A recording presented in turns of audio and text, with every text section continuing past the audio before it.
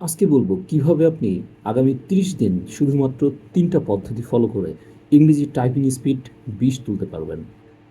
1 number tips, আপনাকে প্রথমেই যেটা করতে হবে কিবোর্ডের হোম রো, আপার রো এবং লোয়ার রো এটাকে আয়ত্ত করতে হবে খুব ভালোভাবে। এটা করতে আপনার সর্বোচ্চ সময় লাগবে 7 দিন। 2 নাম্বার টিপস, আপনাকে উচ্চারণ করে টাইপ করতে হবে এবং চেষ্টা করতে হবে ব্যাক স্পেস সর্বনিম্ন চাপার জন্য।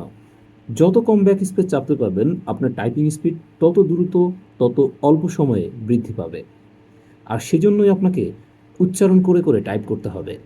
প্রথম 7 দিনে আপনি যেহেতু টাইপিংয়ের কিবোর্ডগুলো মুখস্থ করে ফেলেছেন, পরের 7 দিনে আপনার কাজ হচ্ছে ছোট ছোট শব্দ উচ্চারণ করে টাইপ করা এবং যথাসম্ভব ব্যাক স্পেস এড়িয়ে চলা।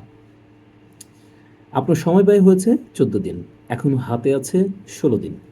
এই 16 দিনের কাজ হচ্ছে প্রত্যেক দিন 2 ঘন্টা যে কোনো দেশীয় পত্রিকা থেকে, ইংরেজি পত্রিকা থেকে সম্পাদকীয় যেই অংশটা থাকে সেখান থেকে একটা বা দুইটা আর্টিকেল, অর্থাৎ এই 2 ঘন্টা সময়ের মধ্যে আপনি যতটুকু সময় লিখতে পারেন সেই আর্টিকেল দেখে দেখে টাইপ করা এবং সেটা অবশ্যই উচ্চারণ সহ টাইপ করতে হবে।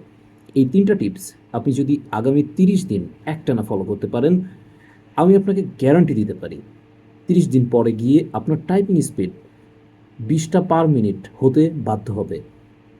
তো দেরি না করে আজকে থেকে শুরু করে দিন আপনার টাইপিং শেখার চ্যালেঞ্জটি।